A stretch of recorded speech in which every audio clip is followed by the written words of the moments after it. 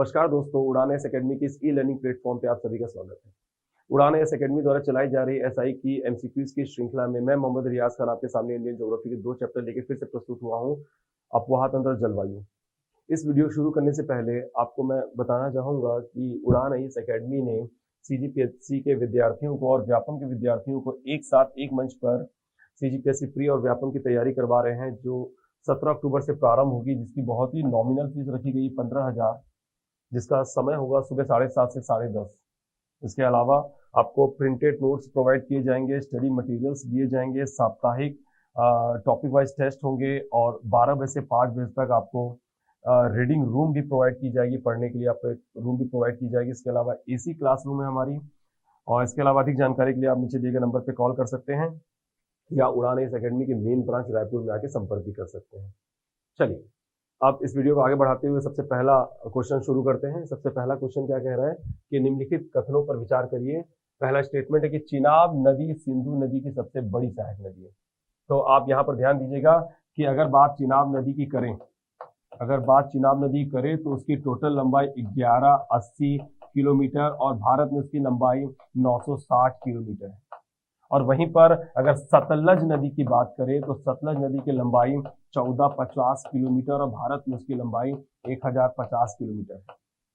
सतलज नदी सिंधु की सबसे लंबी सहायक नदी है। और वहीं पर अगर बड़ी सहायक नदी की बात करें तो चिनाब नदी सिंधु की सबसे बड़ी सहायक नदी है।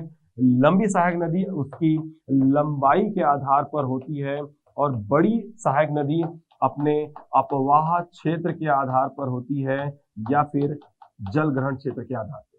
अगर उसका एरिया बड़ा है तो वो आपकी बड़ी नदी हो जाएगी और वो नदी अगर लंबी है तो वो हो गई आपकी सबसे लंबी सहायक नदी। तो चिनाब नदी जो है, चिनाब नदी में झेलम नदी, रावी नदी, सतलज नदी आकर मिलती है। तो चिनाब नदी कहीं ना कहीं सिंधु की सबसे बड़ी सहायक नदी है। और वहीं पर दूसरे पॉइंट की बात करें तो भारतीय क्षेत्र में चिनाब नदी की लंबाई सतलज नदी से अधिक है। क्या कह रहा है? चिनाब नदी की लंबाई वो भी कहां पर? भारतीय क्षेत्र में, यानी कि भारतीय क्षेत्र में इसकी लंबाई 960 और सतलज नदी की 1050। तो चिनाब नदी की लंबाई सतलज नदी से अधिक नहीं है, कम है। ये स्टेटमेंट आपका गलत हो जाएगा। पहला सही है, दूसरा गलत। और तीसरे की बात करें तो झेलम नदी वेरीनाग झील से निकलती है।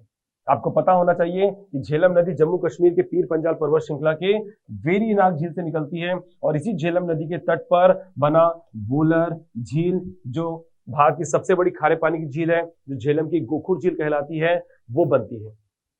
और उसके बाद वो कहां चली जाती है? पाकिस्तान में प्रवेश करती है। तो ये स्टेटमेंट आपका सही है। अगला चौथा स्टेटमेंट क्या है? व्यास नदी हरिके के निकट सतलज में मिल जाती है। बिल्कुल, व्यास नदी पंजाब के कपूरथला डिस्ट्रिक्ट में हरिके नामक जगह पर सतलज में जाकर क्या हो जाती है? मिल जाती है। और यही हरिके में बनाए गए बैराज से एक नहर निकाली गई है जिसका नाम है इंदिरा गांधी नहर। और इंदिरा गांधी नहर 649 किलोमीटर की लंबाई के साथ भारत की सबसे लंबी नहर है। तो ये चौथा स्टेटमेंट भी सही है, यानी कि पहला, तीसरा, चौथा सही है, यानी कि ऑप्शन नंबर सी आपका क्या होगा? सही जवाब होगा। चलिए, अब बढ़ते हैं अगले प्रश्न की ओर। अगला प्रश्न कहता है कि निम्नलिखित कथनों पर विचार करिए। पहला, देवप्रयाग अलकनंदा और भागीरथी नदियों के संगम पर स्थित है। आप ध्यान दीजिएगा कि यहां पर ये अलकनंदा नदी, कौन सी नदी? अलकनंदा नदी, जो उत्तराखंड के सतोपंथ ग्लेशियर से निकलती है। और वहीं बी से कहलाने वाली भागीरथी नदी, जो उत्तराखंड के गंगोत्री ग्लेशियर से निकलती है। और ये दोनों नदी आकर मिलती है कहां पर? देवप्रयाग में। और देवप्रयाग के बाद ये क्या कहलाती है? गंगा कहलाती है। यानी कि गंगा नदी का उद्गम किसी ग्लेशियर से नहीं माना जाता। गंगा नदी दो नदी अलकनंदा और भागीरथी के देवप्रयाग में आकर मिलने के बाद कहलाती है। वही पुरानी मान्यता के अनुसार गंगा नदी कहां से निकलती है? गंगोत्री ग्लेशियर से। लेकिन देवप्रयाग से पहले किस नाम से जानी जाती है? भागीरथी के नाम से जानी जाती है। वहीं अलकनंदा नदी 5 नदियों के साथ मिलकर पंच प्रयाग का निर्माण करती है, जिनका नाम विष्णु प्रयाग, नंद प्रयाग, कर्ण प्रयाग, रुद्र प्रयाग और देव प्रयाग है। 5 प्रयाग उत्तर से दक्षिण की ओर, इनका क्रम भी आप याद रखेंगे, वो भी इंपॉर्टेंट हो जाता है आपके लिए। तो पहला स्टेटमेंट क्या कह रहा है, देवप्रयाग अलकनंदा और भागीरथी नदियों के संगम पर स्थित है, ये स्टेटमेंट सही है।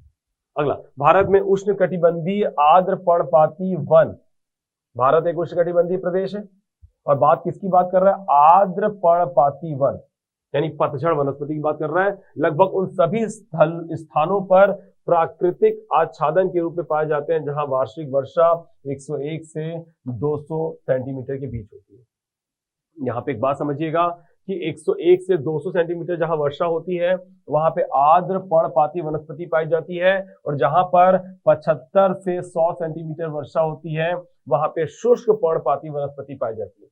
अब 101 सेंटीमीटर लिखा है, 100 से 200 सेंटीमीटर माने कोई फर्क नहीं पड़ता, तो 100 से 200 सेंटीमीटर आर्द्र पर्णपाती, 75 से 100 सेंटीमीटर शुष्क पर्णपाती वनस्पति पाए जाते हैं, और 75 से 50 सेंटीमीटर पे अर्ध मरुस्थलीय और 50 से 0 सेंटीमीटर वाले वर्षा वाले क्षेत्र में मरुस्थलीय वनस्पति पाए जाते हैं। तो ये स्टेटमेंट आपका सही है।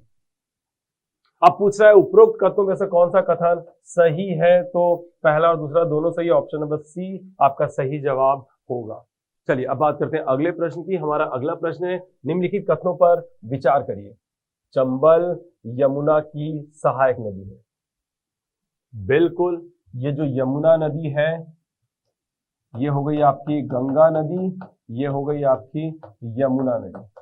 यमुना नदी जो उत्तराखंड के यमुनोत्री ग्लेशियर के बंदरपुर की चोटी से निकलती है, जिसकी बाईं ओर से आने वाली सहायक नदी हिंडन नदी, और दाईं ओर से आने वाली सहायक नदियों में 4 सहायक नदी, जिसमें एक चंबल है, एक सिंध नदी है, एक बेतवा नदी है और एक केन नदी। इसमें मैं बात कर रहा हूं किसकी, चंबल नदी की। चंबल नदी यमुना की दाईं ओर से आने वाली सहायक नदी है, जो यमुना की सबसे लंबी सहायक नदी। यमुना की सबसे लंबी सहायक नदी कौन सी है, तो चंबल नदी। तो चंबल यमुना की सहायक नदी है और सबसे लंबी सहायक नदी भी है, ये स्टेटमेंट सही है। दूसरा, सोन गंडक की सहायक नदी है। सोन गंडक की सहायक नदी है, तो ये आपका गलत हो जाएगा। क्यों, क्योंकि गंगा की बाईं ओर से आने वाली सहायक नदी में आता है कौन सी नदी, गंडक नदी। यानी कि आपको बता दूं कि रामगंगा, गोमती, घाघरा, गंडक, कोसी, महानंदा ये गंगा की बाईं ओर से आने वाली सहायक नदी है, जबकि दाईं ओर से आने वाली सहायक नदियों में यमुना नदी, सोन नदी और दामोदर नदी है। तो ये कहना कि सोन गंडक की सहायक नदी है, ये स्टेटमेंट गलत हो जाएगा। सोन और गंडक दोनों ही किसकी सहायक नदी है, तो गंगा की सहायक नदी है, जहां पे गंडक गंगा की बाईं ओर से और सोन गंगा की दाईं ओर से आने वाली सहायक नदी है। चलिए अगला, घाघरा गंडक की सहायक नदी है। मैंने कहा था रामगंगा, गोमती, घाघरा, गंडक, कोसी और महानंदा, तो घाघरा गंगा की सहायक नदी है, ये स्टेटमेंट सही है। और उपरोक्त कथनों में से कौन सा कथन सही है, तो पहला और तीसरा सही है, यानी ऑप्शन नंबर डी आपका क्या होगा, सही जवाब होगा। और जैसा कि हमेशा से मैं कहते आया हूं कि मेरे आंसर बताने से पहले अगर आप अपना आंसर बता देते हैं तो इस वीडियो का आपको फायदा मिलेगा। चलिए अब बढ़ते हैं अगले प्रश्न की ओर। अगला प्रश्न क्या कह रहा है कि प्रायद्वीपीय नदी तंत्र के संबंध में कौन कौन से कथन सत्य हैं। पहला, कृष्णा नदी महाबलेश्वर की पहाड़ी से निकलती है, तो बिल्कुल सही है। कृष्णा नदी महाराष्ट्र की महाबलेश्वर की पहाड़ी से निकलती है। अगला, तुंगभद्रा गोदावरी नदी की प्रमुख सहायक नदी है, ये स्टेटमेंट गलत हो जाएगा। क्यों, क्योंकि बात अगर गोदावरी नदी करें तो गोदावरी नदी की बाईं ओर से आने वाली सहायक नदियों में प्राणहिता नदी, इंद्रावती नदी और सबरी नदी, जबकि दाईं ओर से आने वाली सहायक नदियों में प्रवरा, मंजीरा और मनेर नदी शामिल है। तो वहीं कृष्णा नदी की बात करें तो कृष्णा नदी की बाईं ओर से आने वाली सहायक नदियों में भीमा नदी, मूसी नदी, मुनेरू नदी, जबकि दाईं ओर से आने वाली सहायक नदियों में तुंगभद्रा नदी शामिल है। तो कहीं ना कहीं तुंगभद्रा जो है वो गोदावरी की नहीं बल्कि कृष्णा की सहायक नदी है, गोदावरी की सहायक नदी कह रहा है, तो ये स्टेटमेंट गलत हो जाएगा। अगला, ताप्ती नदी बैतूल के मुल्ताई से निकलती है। बिल्कुल, मध्य प्रदेश के बैतूल डिस्ट्रिक्ट में जो मुल्ताई पर्वत है वहां से कौन सी नदी निकलती है, ताप्ती नदी निकलती है, ये स्टेटमेंट आपका सही है। अगला, अमरावती कावेरी की सहायक नदी है। मैं फिर कह रहा हूं किसकी बात कर रहे हैं, अमरावती कावेरी की सहायक नदी है। तो कावेरी की बाईं ओर से आने वाली सहायक नदियों में हेमावती, शिमशा और अर्कावती, और दाईं ओर से आने वाली सहायक नदियों में भवानी और अमरावती प्रमुख है। तो कावेरी की सहायक नदी है, वो भी दाईं ओर से आने वाली सहायक नदी है, तो आपका ये स्टेटमेंट भी आपका सही होगा। अगला, लूनी नदी एक अंतः प्रवाही नदी है या अंतःस्थली नदी है, तो बिल्कुल वे नदियां जो उद्गम से निकलती जरूर है लेकिन समुद्र में जाने से पहले स्थल में ही क्या हो जाती है, खत्म हो जाती है, उसे कहते हैं अंतः प्रवाही या अंतःस्थलीय नदी कहते हैं। लूनी नदी एक अंतःस्थलीय नदी है, यह आपका स्टेटमेंट सही हो जाएगा। तो दूसरा छोड़कर बाकी सभी सही हैं, यानी कि पहला, तीसरा, चौथा, पांचवा सही, यानी ऑप्शन नंबर ए आपका क्या होगा, सही जवाब होगा। चलिए अब बढ़ते हैं अगले प्रश्न की ओर। हमारा अगला प्रश्न क्या कह रहा है, निम्नलिखित युग्मों पर विचार करिए। पहला, काल बैसाखी। काल बैसाखी, नॉर्वेस्टर, चाय वर्षा, चेरी ब्लॉसम, ये एक प्रकार की ग्रीष्म काल में होने वाली कैसी वर्षा है, चक्रवातीय वर्षा। मैं फिर कह रहा हूं, गर्मी के मौसम में होने वाली चक्रवातीय वर्षा के कुछ नाम दिए गए हैं। वहीं पर बात अगर करें पश्चिम बंगाल की, तो पश्चिम बंगाल में होने वाली वर्षा को क्या कहते हैं, तो क्या बताएंगे, काल बैसाखी। ठीक है, काल बैसाखी कहते हैं। इसे ही क्या कहते हैं, नॉर्वेस्टर कहते हैं। जहां पे पश्चिम बंगाल हो गया, झारखंड हो गया, उड़ीसा हो गई, इन जगहों पे जो वर्षा होती है उसको क्या कहते हैं, काल बैसाखी या फिर नॉर्वेस्टर कहते हैं। वहीं पर यहाँ पर देखिएगा, ये केरल में होने वाली वर्षा को क्या कहते हैं, कॉफी शावर कहते हैं। इसी को कहते हैं चेरी ब्लॉसम। इसी क्या कहते हैं, चेरी ब्लॉसम कहते हैं। याद रखिएगा, केरल में होने वाली वर्षा कॉफी शावर, वहीं पर कर्नाटक में होने वाली वर्षा मैंगो शावर कहलाती है। तो इस टाइप से चीजें हैं कि अलग अलग जगहों पे इन चक्रवातों को अलग अलग नामों से जाना जाता है। इसके अलावा मध्यवर्ती मैदान में होने वाली आने वाली चक्रवातों को लू कहते हैं। तो ये सारी चीजों को आप देख सकते हैं। तो काल बैसाखी की बात करें तो बेसिकली ये कहां पर है, तो पश्चिम बंगाल में होने वाली चक्रवाती वर्षा है। इसके अलावा नॉर्वेस्टर की बात करें तो नॉर्वेस्टर कुछ और नहीं, काल बैसाखी को ही नॉर्वेस्टर कहते हैं। और इसका नॉर्वेस्टर कर्नाटक होना ये भी गलत है आपका। काल बैसाखी क्या है, नॉर्वेस्टर है, जो कहां पर होती है, पश्चिम बंगाल में होती है। चाय वर्षा की बात करूं तो याद रखिएगा, यहाँ पे असम में टी शावर की अगर बात करें तो असम में टी शावर या इसको बारदोली चेरहा कहा जाता है। तो चाय वर्षा यानी टी शावर कहाँ पे, असम में, ये आपका सही हो जा रहा है। चेरी ब्लॉसम बोले या कॉफी शावर बोले, ये आपका कहाँ के लिए है, केरल के लिए। तो ये जो नॉर्वेस्टर है जो कर्नाटक लिखा हुआ ये गलत हो जाएगा, बाकी सब सही है। यानी कि क्या कहेंगे कि दूसरा छोड़कर बाकी सब सही है, यानी पहला, तीसरा, चौथा सही है, यानी ऑप्शन नंबर सी आपका क्या होगा, सही जवाब होगा। चलिए अब बात करते हैं अगले प्रश्न की। अगला प्रश्न कहता है कि हिमालयी नदियों और प्रायद्वीपीय नदियों के बीच क्या अंतर है। हिमालय की नदी और प्रायद्वीपीय नदियों के बीच क्या अंतर है। पहला स्टेटमेंट कह रहा है कि हिमालयी नदियां विसर्प बनाती है। याद रखिएगा, इस आकार को कहते हैं विसर्प आकार। हिमालय की नदियां कहां पर, मैदानों में क्या बनाती है, विसर्प बनाती है, पर्वतों पे नहीं बनाती। याद रखना, पर्वतों में ये विसर्प नहीं, हिमालय की नदियां मैदानों में विसर्प बनाती है। बिल्कुल सही। चलिए, प्रायद्वीपीय नदियां किसमें बहती है, तो क्या बताएंगे, भ्रंश में प्रवाहित होती है। और जब नदी एक भ्रंश का अनुसरण करते हुए बहती है तो वो किसी प्रकार से इस आकार में नहीं बह सकती। जैसा भ्रंश होगा वैसे ही नदी बहेगी। तो प्रायद्वीपीय नदियों में विसर्प बनाने की संभावना बहुत कम होती है, नहीं के बराबर होती है। पहला स्टेटमेंट सही है।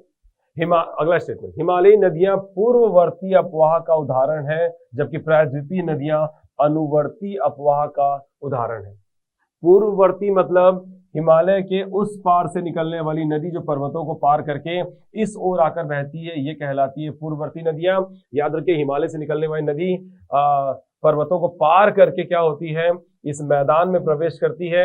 जैसे कि सतलज नदी, सिंधु नदी, ब्रह्मपुत्र नदी, ये सब नदियां क्या है, पूर्ववर्ती अपवाह प्रतिरूप का उदाहरण है। तो ये हिमालयी नदियां जो है वो पूर्ववर्ती अपवाह का उदाहरण है। जबकि प्रायद्वीपीय नदियों की बात करें, ये अनुवर्ती अपवाह, अनुवर्ती मतलब जो अपने ढाल का अनुसरण करते हुए बहती है, ढाल का अनुसरण करते हुए बहती है। प्रायद्वीपीय पठार की ढाल किस तरफ है, पूर्व दिशा की ओर है, और प्रायद्वीपीय पठार की मैक्सिमम नदियां किस तरफ बहती है, पूर्व दिशा की ओर बहती है। वो सब किस अपवाह का उदाहरण है, अनुवर्ती अपवाह का उदाहरण। जैसे ये आपका महानदी एक अनुवर्ती नदी है, गोदावरी नदी अनुवर्ती नदी है, कृष्णा नदी अनुवर्ती नदी है, और कावेरी नदी आपकी अनुवर्ती नदी है। पूर्व की ओर बहने वाली सभी नदी क्या है, अनुवर्ती नदी है। क्यों? क्योंकि वो प्रायद्वीपीय पठार के पूर्व की ओर की ढाल का अनुसरण करते हुए बहती है। तो ये स्टेटमेंट भी आपका क्या है, सही है, यानी कि पहला और दूसरा स्टेटमेंट दोनों सही है। तो ऑप्शन नंबर सी आपका क्या होगा, सही जवाब होगा। चलिए अब बात करते हैं अगले प्रश्न की। हमारा अगला प्रश्न कहता है कि गंगा की सहायक नदियों का पश्चिम से पूर्व की ओर क्रम पर विचार करिए। पूछ रहा है गंगा की सहायक नदियों का, वो भी कहां से, पश्चिम से पूर्व की ओर क्रम जमाइए। तो गंगा नदी की बाईं ओर से आने वाली सहायक नदियों में याद रखना राम गंगा नदी, फिर उसके बाद गोमती नदी, फिर घाघरा नदी, फिर गंडक नदी, फिर उसके बाद कोसी नदी, और सबसे आखिरी में महानंदा नदी। याद रखना राम गंगा गंगा की सबसे पहली सहायक नदी है, वहीं पर महानंदा गंगा की सबसे आखिरी सहायक नदी है, घाघरा नदी गंगा की सबसे बड़ी सहायक नदी है, और वहीं पर यमुना नदी गंगा की सबसे लंबी सहायक नदी है। ये बात याद रखिएगा।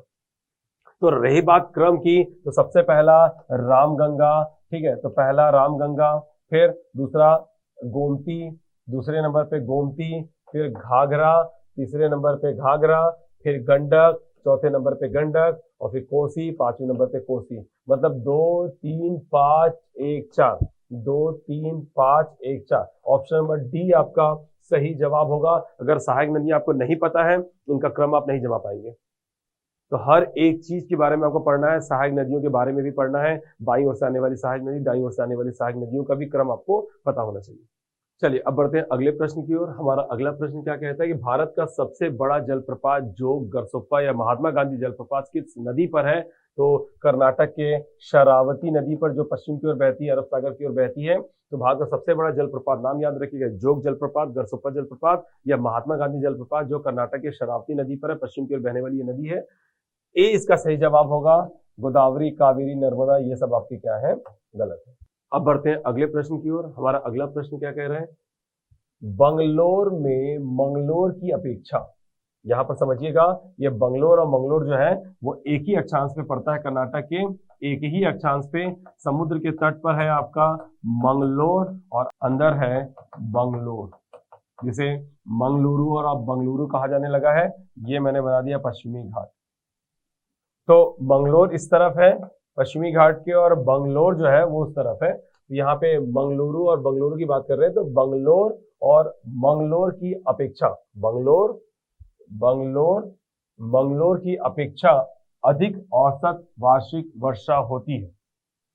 ये आपका कथन गलत है। बंगलोर में मंगलोर की अपेक्षा अधिक औसत वार्षिक वर्षा होती है, तो ये आपका गलत है। क्यों? क्योंकि बंगलोर जो है वो एक वृष्टिछाया प्रदेश में आ जाता है, इस पश्चिमी घाट के पूर्व की तरफ आ जाता है। वृष्टिछाया प्रदेश में वैसे भी वर्षा नहीं होती, लेकिन यहाँ पर अरब बे ऑफ बंगाल की मानसूनी हवाओं से क्या हो रही है, वर्षा हो रही है। लेकिन मंगलोर में ज्यादा वर्षा होती है बंगलोर की अपेक्षा, न कि बंगलोर में मंगलोर की अपेक्षा अधिक औसत वार्षिक वर्षा होती है। ये स्टेटमेंट गलत है। तो क एक गलत है, कथन गलत है। कारण की बात करें, बंगलोर को दक्षिण पश्चिम मानसून और उत्तर पूर्वी मानसून दोनों से वर्षा होती है। तो यहाँ पर याद रखिएगा, हमारे भारत में होने वाली कौन सी दक्षिण पश्चिम मानसून, जो कितने भागों में बढ़ गई है, 2, एक अरब सागर की मानसूनी हवाएं और एक बे ऑफ बंगाल की मानसूनी हवाएं। तो दक्षिण पश्चिम मानसून की बे ऑफ बंगाल शाखा बंगलोर में क्या करवाती है, वर्षा करवाती है। जबकि पूरे भारत में वर्षा होने के बाद जब मानसूनी हवाएं लौट रही होती है, जिसे मानसून का निवर्तन कहते हैं, लौटते हुए जब वो वर्षा करवाती है, तब भी बंगलोर में क्या होता है, ठीक है, वर्षा होती है। तो उत्तर पूर्वी मानसूनी लौटते मानसून से भी इस बंगलोर में वर्षा होती है। याद रखें, बंगलोर दोनों ही मानसून से क्या करता है, जल प्राप्त करता है। तो ये आपका लाभ मिलता है। तो ये कारण क्या है आपका, सही है। कथन गलत है, कारण सही है। ए गलत है, लेकिन आर सही है। ऑप्शन नंबर डी आपका सही जवाब होगा। चलिए अब बढ़ते हैं अगले प्रश्न की ओर। हमारा अगला प्रश्न क्या कह रहा है, निम्नलिखित तथ्यों पर विचार करिए।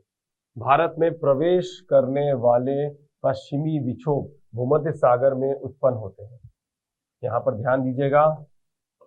चलिए यहाँ पर भूमध्य सागर है, इस भूमध्य सागर में शीत ऋतु में ठीक है, या कहना चाहिए कि पश्चिमी विक्षोभ जिसे आप कह रहे हैं, इसकी उत्पत्ति कहाँ पर होती है? भूमध्य सागर में होती है। यह एक प्रकार का क्या है? शीतोष्ण चक्रवात है। अगर आपको शीतोष्ण चक्रवात नहीं पता तो आप थोड़ा सा पढ़ें इसको। शीतोष्ण चक्रवात कब बनती है? जब गर्म और ठंडी हवाएं एक दूसरे से क्या होती है? टकराती है, या जब गर्म हवाओं की जगह पर ठंडी हवाएं क्या कर जाए? प्रवेश कर जाए। यानी कि समझिएगा कि अगर किसी लो प्रेशर को भरने के लिए एक ठंडी हवाएं चल रही है और एक गर्म हवाएं चल रही है, तो अगर ठंडी हवाओं ने इस लो प्रेशर को भरने के बजाय गर्म हवाओं में प्रवेश कर दिया, तब एक चक्रवात बनती है, एक वाताग्र की स्थिति बनती है, एक चक्रवात बनती है, जिसे क्या कहते हैं? शीतोष्ण चक्रवात कहते हैं। ठीक है, ये कहां पर बनती है? भूमध्य सागर पे बनती है। कब बनती है? शीत ऋतु में बनती है। और किस वजह से बनती है? तो सूर्य के दक्षिणायन होने के कारण, सूर्य के क्या बताएंगे? दक्षिणायन होने के कारण। इसके अलावा सब ट्रॉपिकल हाई प्रेशर के दक्षिण की ओर खिसकने के कारण उत्पन्न होती है। फिलहाल इतने में आप समझने की कोशिश करिएगा कि पश्चिमी विक्षोभ क्या है? शीतोष्ण चक्रवात है। कहां पर उत्पन्न होती है? भूमध्य सागर पर उत्पन्न होती है। कब होती है? तो शीत ऋतु में होती है। किस वजह से होती है? सूर्य के दक्षिणायन होने की वजह से होती है। इसके अलावा सब ट्रॉपिकल हाई प्रेशर के दक्षिण की ओर खिसकने की वजह से होती है। यहां पर बनता है आपका सब ट्रॉपिकल हाई प्रेशर। जब ये दक्षिण की ओर खिसक जाती है तो भूमध्य सागर पे हाई प्रेशर की जगह लो प्रेशर बन जाती है, जिससे यूरोप से आने वाली ठंडी और सहारा से आने वाली गर्म हवाएं एक वाताग्र का निर्माण करती है, शीतोष्ण चक्रवात का निर्माण करती है, जो हमारे भारत के पश्चिमी भाग में क्या करवाती है? वर्षा करवाती है। इसके अलावा यह वर्षा को 3 भागों में बांटा गया है। हिमालय में जो ये वर्षा करवा रही है उसको हम क्या कहते हैं? हिमपात कहते हैं। मध्यवर्ती मैदान में जो वर्षा होती है वो पंजाब से लेकर कहां तक? तो बिहार तक रिमझिम वर्षा होती है। और राजस्थान के अरावली के पश्चिम में, यानी कि पश्चिमी राजस्थान में जो वर्षा होती है उसे क्या कहते हैं? मावट कहते हैं। तो ये है आपका पश्चिमी विक्षोभ। तो भारत में प्रवेश करने वाली पश्चिमी विक्षोभ भूमध्य सागर में उत्पन्न होती है। बिल्कुल सही, ये स्टेटमेंट आपका सही है। अगला, सिंधु नदी लद्दाख एवं जास्कर पर्वत श्रेणियों के मध्य से प्रवाहित होती है। तो यहाँ पर ध्यान दीजिएगा कि ये हो गया काराकोरम, लद्दाख, जास्कर। काराकोरम लद्दाख के बीच से श्योक नदी बहती है और लद्दाख जास्कर के बीचों बीच सिंधु नदी बहती है। ये बात ध्यान रखिएगा। तो सिंधु नदी लद्दाख और जास्कर पर्वत के बीचों बीच बहती है, जबकि श्योक नदी काराकोरम और लद्दाख के बीच से बहती है। ये भी याद रखेगा, प्रश्न बदल सकता है। यहाँ पे सिंधु की जगह श्योक नदी आ जाएगी, काराकोरम की जगह काराकोरम लद्दाख ये हो जाएगा। तो ये भी स्टेटमेंट आपका सही हो जाएगा। तो सिंधु नदी लद्दाख और जास्कर पर्वत श्रेणियों के मध्य से प्रवाहित होती है। ये स्टेटमेंट भी आपका सही है, यानी कि पहला और दूसरा दोनों सही है। ऑप्शन नंबर सी आपका सही जवाब होगा। चलिए अब बात करते हैं अगले प्रश्न की। हमारा अगला प्रश्न क्या कह रहा है कि तमिलनाडु के तटीय क्षेत्र में निम्नलिखित में से किस अवधि में अधिकांश वर्षा होती है? किस अवधि में? याद रखिएगा, जब हम बात करते हैं दक्षिण पश्चिम मानसून की शाखा की, तो उसकी 2 शाखाएं, अरब सागर की और एक बंगाल की खाड़ी की। तो तमिलनाडु की जो जगह है ना, तमिलनाडु का जो तट है उससे पैरेलली चल रही होती है क्या? बे ऑफ बंगाल की मानसूनी हवा पैरेलली चल रही होती है, जिसकी वजह से यहाँ पे वर्षा क्या होती है? बहुत कम होती है। तो यहाँ पे बात हो रही है अधिकांश वर्षा। अधिकांश वर्षा कब होती है? जब बे ऑफ बंगाल की मानसूनी हवाएं पूरे भारत में वर्षा करवा के क्या हो रही होती है? लौटती है, जिसे क्या कहते हैं? लौटता मानसून। ये लौटता मानसून जिसे क्या कहते हैं? उत्तर पूर्वी मानसून। उत्तर पूर्वी मानसून क्यों कहते हैं? क्यों? क्योंकि इसकी दिशा समझिएगा, ये कहां से कहां? उत्तर पूर्व से दक्षिण पश्चिम की ओर। उत्तर पूर्व से दक्षिण पश्चिम की ओर जा रही है, तो उत्तर पूर्व से जा रही है, इसलिए इसको उत्तर पूर्व की क्या कहेंगे? मानसूनी हवाएं कहते हैं। तो उत्तर पूर्व की मानसूनी हवाएं जिसे हम क्या कह रहे हैं? लौटता मानसून कह रहे हैं। वो आकर तमिलनाडु पे क्या करवाती है? सबसे ज्यादा वर्षा करवाती है। कब? तो यहाँ पर अक्टूबर, नवंबर, दिसंबर के टाइम पे खूब बारिश करवाती है। तो इसका सही जवाब होगा अक्टूबर और नवंबर। दिसंबर जनवरी गलत हो जाएगा। अगर नवंबर दिसंबर भी होता तो भी एक बार सही होता। तो यहाँ पे फरवरी मार्च में तो होता ही नहीं है, जुलाई अगस्त में सवाल ही नहीं होता।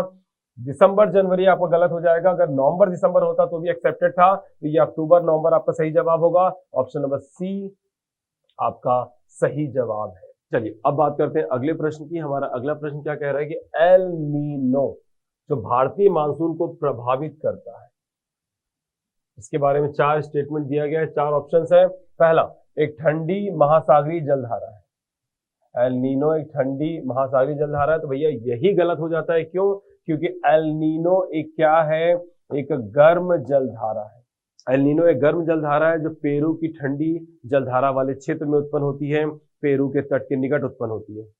यहाँ पे आप समझिएगा कि यह एक ठंडी जलधारा बोल के स्टेटमेंट गलत हो जा रही है, जो चिली के तट के निकट उत्पन्न होती है, गलत है ये। यह एक कैसी जलधारा है, तो क्या बताएंगे, यह एक गर्म जलधारा है जिसकी उत्पत्ति पेरू के निकट, पेरू की ठंडी जलधारा वाले क्षेत्र में क्या होती है, उत्पन्न होती है, जिसका कारण प्रशांत महासागर का क्या है, अपदोलन। इसके बाद में कभी मौका मिलेगा तो एल नीनो के ऊपर एक वीडियो में बनाऊंगा, जिससे सारी चीजें, एल नीनो क्या होता है, लानीनो क्या होती है, एल नीनो मोडुकी क्या होती है, इन पर हम एक डिटेल में चर्चा करेंगे। तो याद रखेगा यह एक कैसी जलधारा है, यह एक गर्म जलधारा है।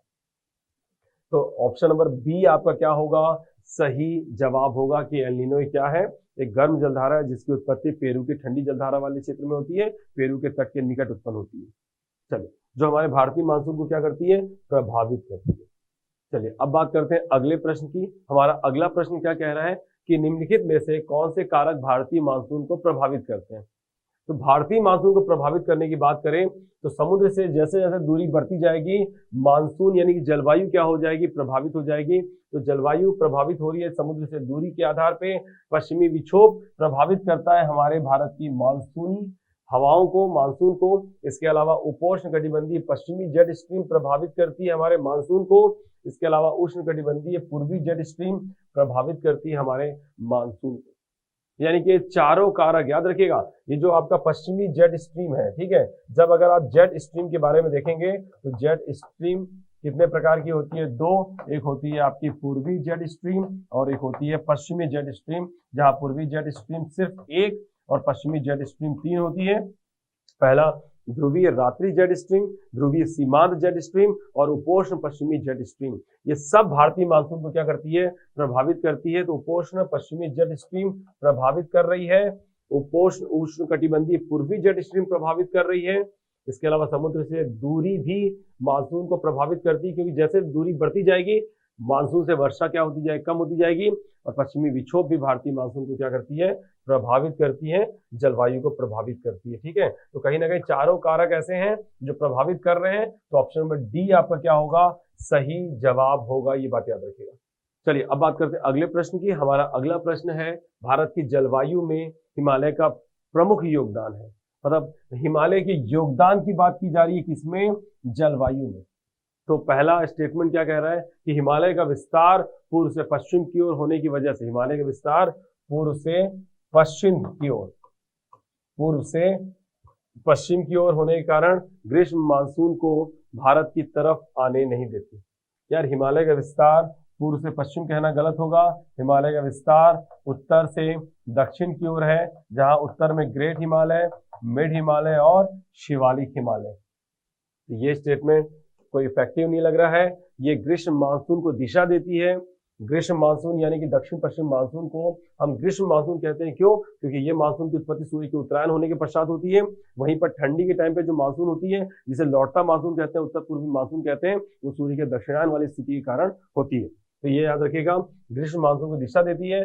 भैया इसको दिशा हिमालय की वजह से नहीं, जबकि बहुत कारक है। मध्यवर्ती मैदान के गर्म होने के कारण, तिब्बत के पठार के गर्म होने की वजह से, मध्यवर्ती मैदान में लो प्रेशर होने की वजह से, हिंद महासागर के हाई प्रेशर से मानसूनी हवाएं आगे की ओर बढ़ती है और भारतीय उपमहाद्वीप में क्या करवाती है, वर्षा करवाती है। तो हिमालय इस ग्रीष्म मानसून को दिशा देती है, ये कहना गलत होगा, ये स्टेटमेंट गलत। यह ठंडी हवाओं को रोकती है, तो बहुत इंपॉर्टेंट कारक है हिमालय का। हिमालय क्या कर रही है, हिमालय एक जलवायु विभाजक पर्वत का कार्य करती है।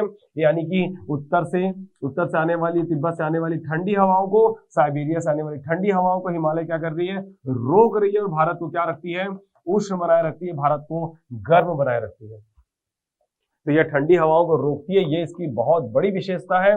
यह ठंडी हवाओं को रोकती है। इसके अलावा दक्षिण पश्चिम मानसून की सारी आर्द्रता आधारित वर्षा को हिमालय क्या करता है, रोक कर कहां करवाती है वर्षा, भारतीय उपमहाद्वीप में करवाती है। मैं फिर कह रहा हूं कि हिमालय क्या कर रहा है, दक्षिण पश्चिम मानसून की सारी आर्द्रता आधारित वर्षा को कहाँ करवाता है, भारतीय उपमहाद्वीप में करवाता है। क्यों? क्योंकि हिमालय क्या कर रहा है, सारी मानसूनी हवाओं को रोक कर भारत में वर्षा करवाता है, भारतीय उपमहाद्वीप में वर्षा करवाता है। ये आपका हिमालय हो गया, ये आपका काराकोरम, लद्दाख, जास्कर, पामीर घाट, हिंदू कुश की पहाड़ी, सुलेमान पर्वत, ये मिश्मी की पहाड़ी, पटकोई बुम, नागा की पहाड़ी, मणि, मिजो की पहाड़ी, अराकान युमा पर्वत। तो कहीं ना कहीं हिमालय जो है वो एक अवरोधक की तरह है। ये पूर्व की तरफ, पश्चिम की तरफ, उत्तर की तरफ से मानसूनी हवा को रोक देता है और मजबूर कर देता है कि सारी वर्षा वो कहां पर करवाए, इस भारतीय उपमहाद्वीप में करवाए। तो सबसे इंपॉर्टेंट विशेषता है, तो ये ऑब्वियस सी बात है, ठंडी हवाओं को रोकता है, तिब्बत की ठंडी हवाओं को रोकता है। ऑप्शन नंबर सी आपका क्या होगा, सही जवाब होगा। चलिए अब हम बात करते हैं अगले प्रश्न की, जो इस वीडियो का सबसे आखिरी प्रश्न है। ये क्या कह रहा है कि निम्नलिखित तटों में से कौन सा जुलाई तथा अगस्त महीने में साधारणतः शुष्क रहता है। जुलाई और अगस्त में जब पूरे भारत में बारिश हो रही होती है तो कौन सा तट सबसे ज्यादा शुष्क रहता है। तो यहाँ पर एक नजर देख लेते हैं। सबसे पहले कोरोमंडल तट की बात कर रहे हैं। ये हो गया आपका कोरोमंडल तट, जो कन्याकुमारी से लेकर कृष्णा नदी के मुहाने तक के तट को बोलते हैं। अगला कोंकण तट, ये देखिए कोंकण तट जो ताप्ती नदी से लेकर गोवा की राजधानी पणजी तक के तट को बोलते हैं। मालाबार तट जो मंगलोर से लेकर कन्याकुमारी के बीच के तट को बोलते हैं। और उत्तरी सरकार तट जो कृष्णा नदी के मुहाने से लेकर महानदी के मुहाने तक के तट को क्या कह रहे हैं, उत्तरी सरकार तट कहते हैं। तो यहाँ पर आप समझिएगा कि भाई अगर मैं मालाबार तट की बात करूं तो यहाँ पे लगभग 300 सेंटीमीटर वर्षा होती है। अगर मैं कोंकण तट की बात करूं तो यहाँ पे लगभग 200 सेंटीमीटर वर्षा होती है। अगर मैं उत्तरी सरकार तट की बात करूं तो यहाँ पर भी कम से कम 80 से 100 सेंटीमीटर वर्षा होती है। ये थोड़ा बहुत उससे ज्यादा भी हो सकती है। लेकिन बात अगर कोरोमंडल तट की करें तो ये है कोरोमंडल तट, कन्याकुमारी से लेकर कृष्णा नदी तक के तट को क्या बोल रहे हैं, कोरोमंडल तट कहते हैं। और ये क्या है, ये तमिलनाडु का तट है। और तमिलनाडु के तट की मैं आपको बताना चाहूंगा कि बे ऑफ बंगाल की मानसूनी हवाएं इस तट के पैरेलली आगे बढ़ रही होती है, इसलिए यहाँ पर वर्षा क्या होती है, बहुत ही कम होती है। मतलब तटीय क्षेत्रों में सबसे कम बारिश कहां पर होती है, तो इस कोरोमंडल तट पे सबसे कम बारिश होती है। तो जुलाई अगस्त में जब पूरे भारत में वर्षा हो रही होती है, अच्छी खासी वर्षा हो रही होती है, तब कोरोमंडल तट क्या रहता है, शुष्क बना रहता है। चलिए, तो आशा करता हूं कि आपको ये वीडियो पसंद आया होगा। आज के लिए बस इतना ही। धन्यवाद, टेक केयर, ख्याल रखिएगा।